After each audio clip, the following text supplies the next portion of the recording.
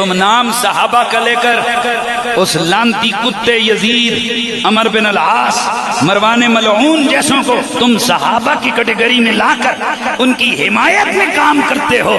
خدا کی قسم ہم ان سے اتنی نفرت کرتے ہیں کہ ہم اپنے کتوں کے نام بھی ان کے نام پہ نہیں رکھتے۔ نام تو عشق رسول کا لیتے ہیں، نام محبت اہل بیت کا لیتے ہیں، لیکن ان کے قاتلین کو رضی اللہ عنہ کہتے ہیں۔ حنیف قریشی صاحب، آپ کو سوچنا چاہیے کہ آپ نے تو کہا کہ اچھل کر آپ بیان دے رہے تھے کہ جناب نہیں یہ بل ہونا چاہیے، اور شیعہ نفرت کے اندر حنیف قریشی صاحب آپ نے ساری تقاریر کی، لیکن اس کا شکار آپ بنے، سب سے پہلا شکار حنیف قریشی صاحب آپ بنے۔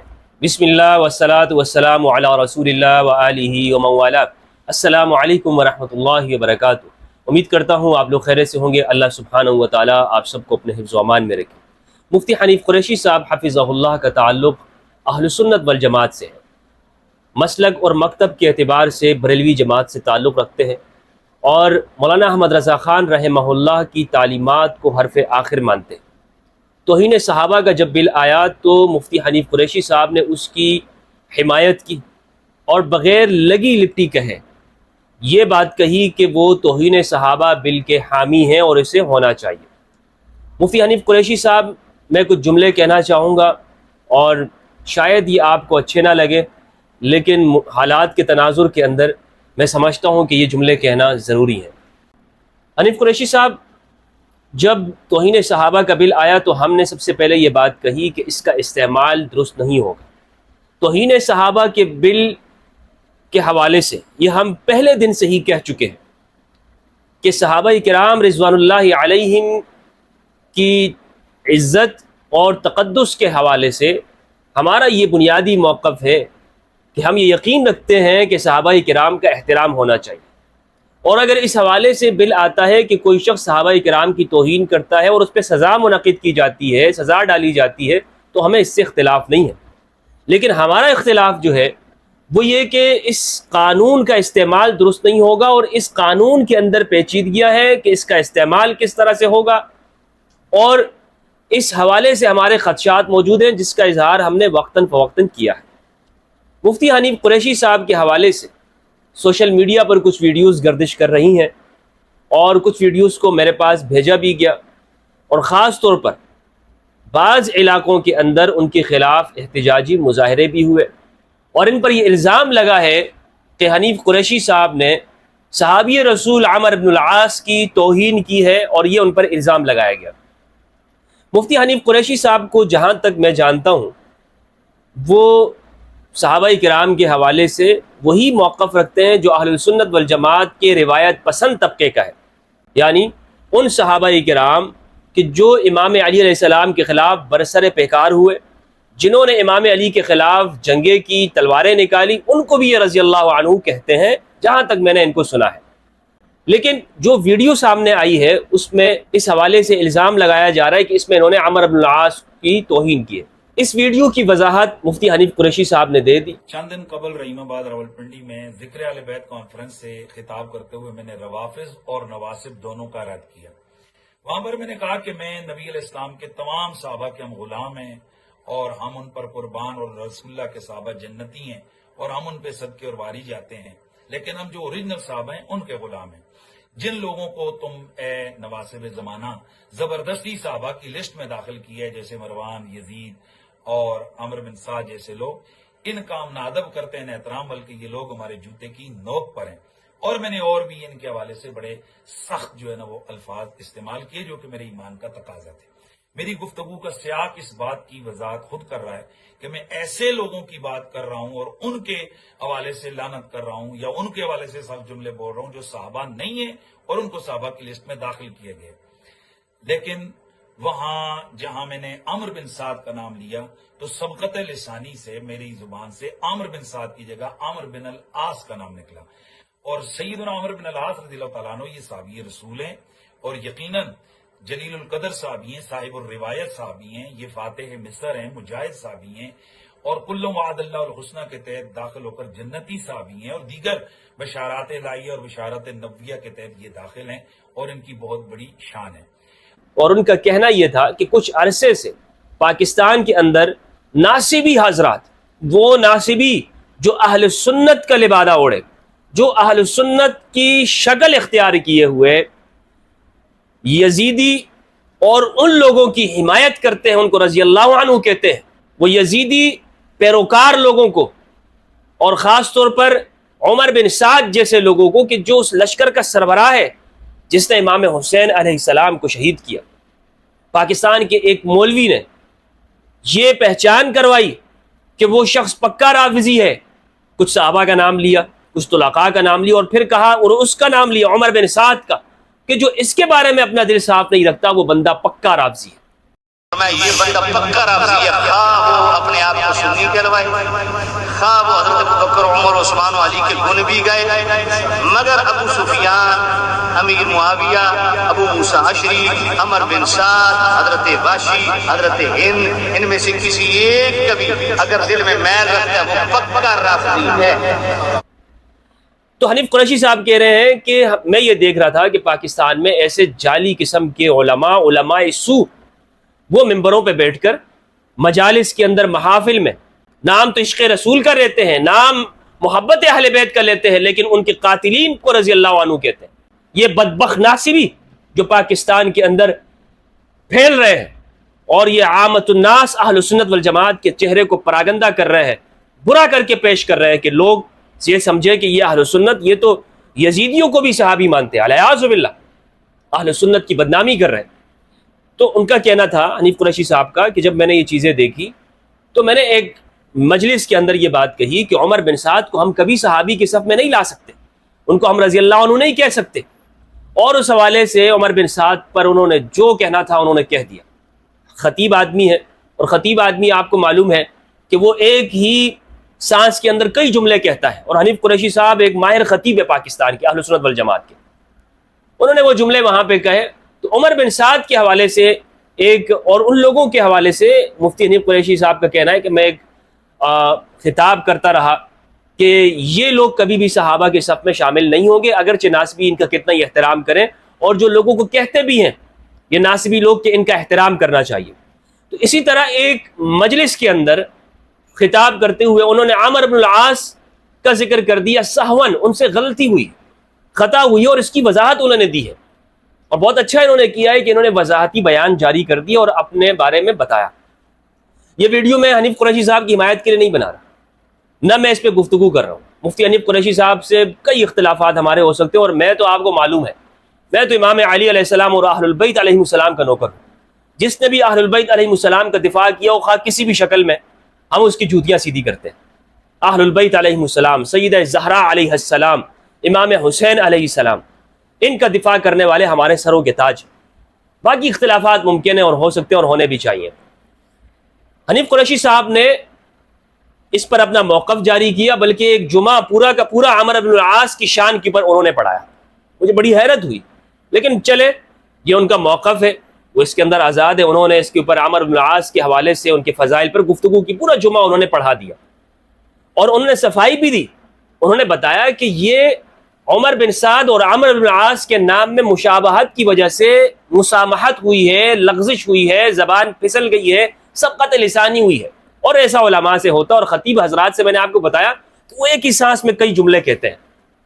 اور حنیف قریشی صاحب بریلوی مسلک کے بڑے جلیل القدر عالم ہیں، پاکستان کے مناظر ہیں، وہابیوں اور بد مذہبوں کے ساتھ ان کے مناظر رہتے ہیں، اور اس میں کوئی شک و شبہ نہیں کر سکتا کہ حنیف قریشی صاحب توہین رسالت کے حوالے سے کتنے حساس رہے ہیں، اور صحابہ کرام کے حوالے سے ان کا بنیادی موقف کیا ہے، وہی موقف ہے کہ جو بریلویوں کی اکثریت کا ہے، اور پھر ایسے عالم ہیں کہ ان پہ شک نہیں کیا جا سکتا۔ لیکن افسوس کی بات یہ ہے کہ اس بل کی ہم جو مخالفت کر رہے تھے وہ کس بنیاد پر تھی؟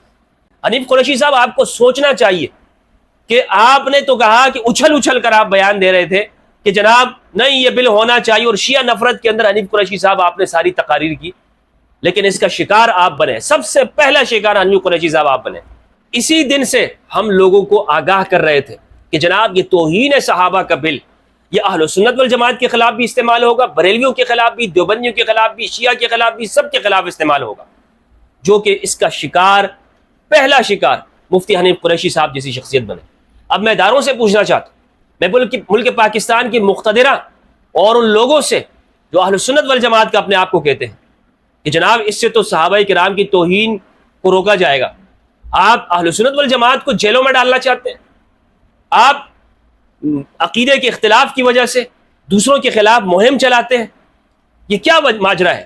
یعنی ایک ناصبی جو عمر بن سعد جو کہ اہل سنت والجماعت کے اعتبار سے پکا ٹھوکا وہ شخص ہے. حوالہ جات کے ساتھ میں اپنی ویڈیو میں کئی جگہ پہ ثابت کر چکا ہوں, اور یہ متفقہ بات, اس میں کوئی اختلاف نہیں ہے کہ عمر بن سعد نے اس لشکر کی قیادت کی جس نے امام حسین علیہ السلام کو ذبح کیا. ان کی رگوں کے اوپر چھریاں چلائی, ذبح کیا گیا امام حسین علیہ السلام. عمر بن سعد اس لشکر کا قائد اور کمانڈر ہے.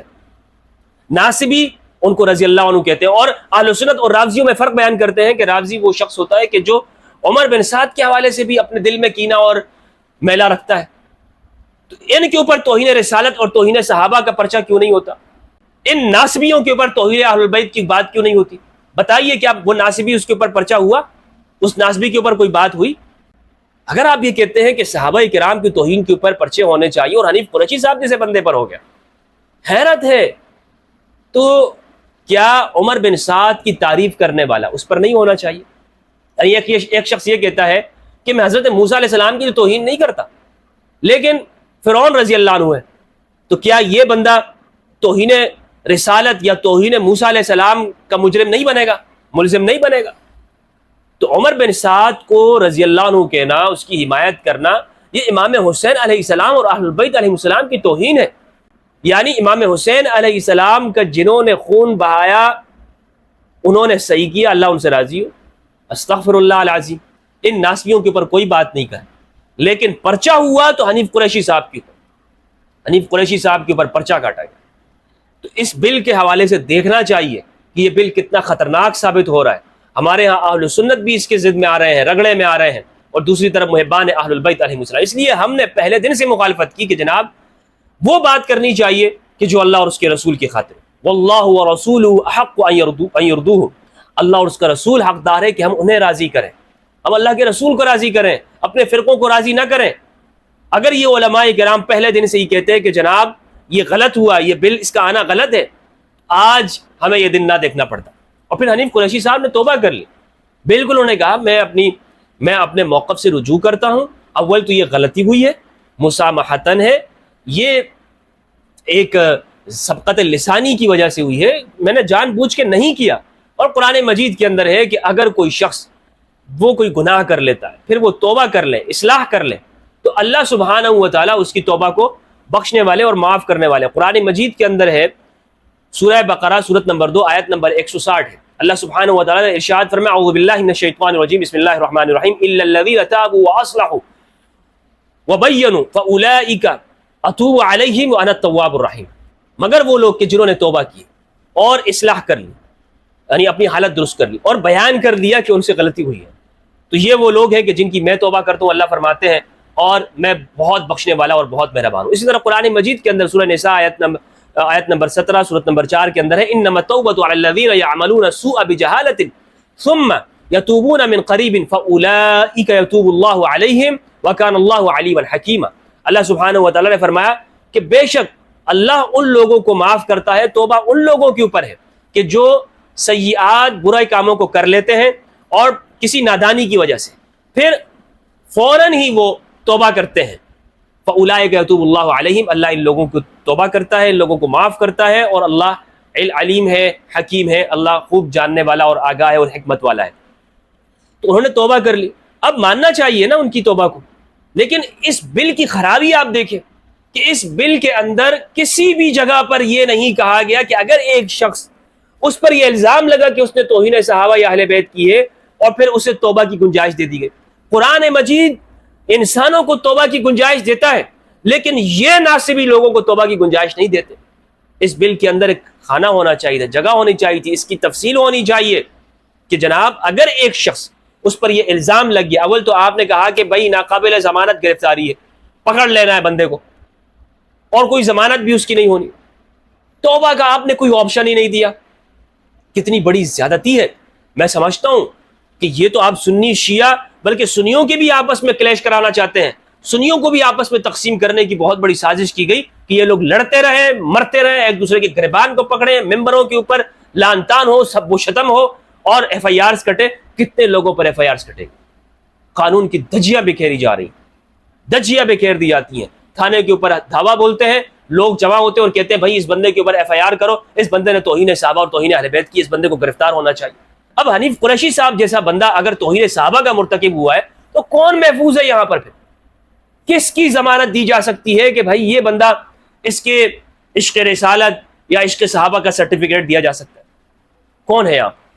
تو یہ میں دوبارہ سے کہوں گا کہ ہمیں سوچنا چاہیے کتنا خراب اس کا استعمال ہو رہا ہے اس بل کا، اور یہاں پر یہ ناصبی پیچھے پڑ جاتے ہیں. اور حنیف قریشی صاحب کو اس کی جو سزا جو مل رہی ہے نا، یہ اصل جو سزا ہے وہ اس بات کی ہے کہ انہوں نے اہل البیت علیہ السلام کا دفاع کیا، اور چاہے جس بھی شکل میں ہو، جس بھی شکل میں ہو، انہوں نے یزیدیوں کے سامنے کھڑے ہوئے، ہمیشہ یزیدیوں کے سامنے یہ ڈٹے ہیں. اور اہل سنت والجماعت کے اوپر جب یہ الزام لگتا رہا کہ اہل سنت ناصبی ہے، حنیف قریشی صاحب آگے آئے اور انہوں نے کہا نہیں، نہ ہم رافضی ہیں نہ ناصبی ہیں، نہ ہم یعنی اہل البیت سے محبت کوئی رفض نہیں ہے، کوئی شیعت کا نام نہیں ہے. ہمیشہ مفتی حنیف قریشی صاحب نے یہی بات کی کہ یہ ہمارا نہ رافضیت کے ساتھ تعلق ہے شیعت سے، اور نہ ہم ناصبی ہیں. اہل سنت کا چہرہ صاف کیا ہے. اور اہل سنت کے اوپر کتنے کیسز ہیں اہل سنت کے اوپر، یعنی کیسز سے مراد کتنے دلائل ہیں. اگر آپ دیکھیں تو نظر آئے گا کہ بھائی ناصبیت کی کتنی چھاپ پڑ سکتی تھی اگر یہ علماء نہ ہوتے حنیف قریشی صاحب حفظہ اللہ جیسے. آخر میں یہی گزارش کرنا چاہوں گا کہ اس بل کو فی الفور کالعدم قرار دیا جائے، فی الفور ختم کیا جائے. اور یہ جو پرچہ کاٹنے کی آپ نے بدعت سیئہ شروع کی ہوئی ہے، اہل سنت محفوظ نہیں ہے، محبان اہل البیت محفوظ نہیں ہے شیعوں کے اوپر. اور جو حال ہی کے اندر جڑا والا کے اندر جو پاکستان کا سر شرم سے جگایا گیا ہے، یہ اس طرح کے کیسز کو روکنے کے لیے، اس طرح کے واقعات کو روکنے کے لیے فی الفور ان چیزوں کا خاتمہ کیا جائے. اور جو لوگ عمر بن سعد کو بھی رضی اللہ عنہ کہتے ہیں، ان لوگوں کو بھی پر کارروائی ہونی چاہیے اگر آپ کرتے ہیں. بہت بہت شکریہ. السلام علیکم ورحمۃ اللہ وبرکاتہ.